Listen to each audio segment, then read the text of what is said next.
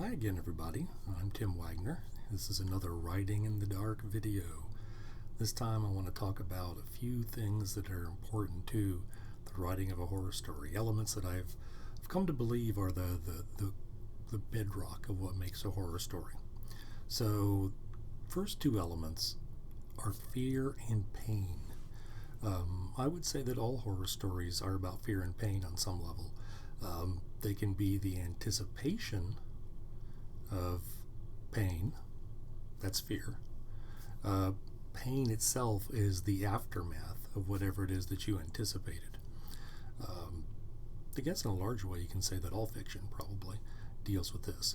So, for example, if like in a stereotypical H.P. Lovecraft story where the character is really worried about something horrible that is approaching, and then at the end, there it is, and the character loses his sanity.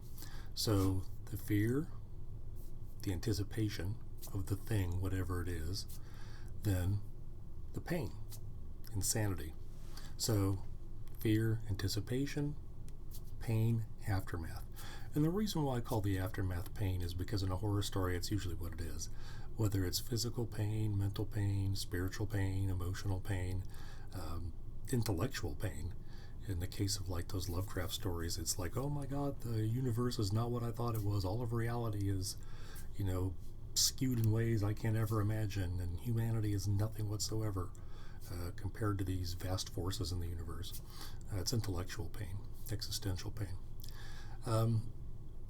Embedded in there somewhere in a horror story is something I call the confrontation point. That is where your character confronts whatever it is that they have been afraid of.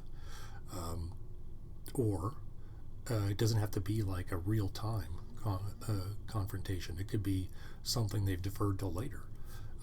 So there could be something that happened in their past. They experienced it then, but they don't actually confront it and deal with it until much later. And so your story is about that part. So if you put these three things together, you have fear, pain, and confrontation point. And you can mix them up in different ways. You can have fear, confrontation point, and then pain. You can have a confrontation point that may have occurred in the past, but so the pain may have occurred. The new fear is the fear of having to confront it and deal with it.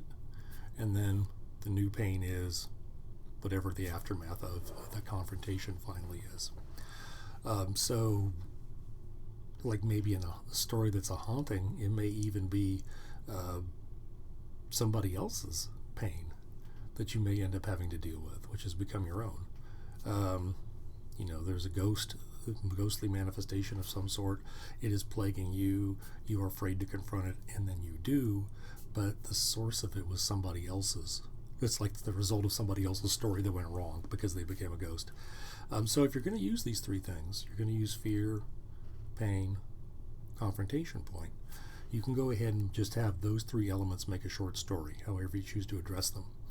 If you're going to write a novel, you can make it a series of fear, pain, confrontation points.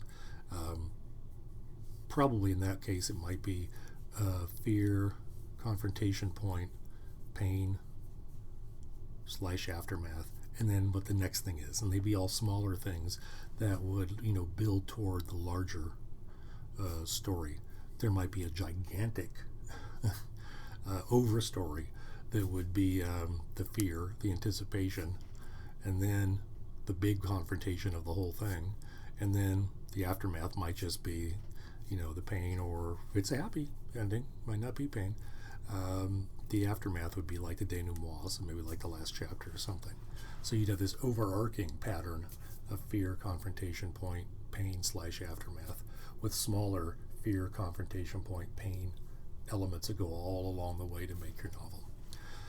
So, give this a try. If you're writing horror, think about playing around with fear and pain and confrontation points and see if you can't create some really good stories from it. All right. You have any questions, you have any ideas for future videos, please put them in the comments. I'll make sure and answer them. Other than that, I'll see you next time.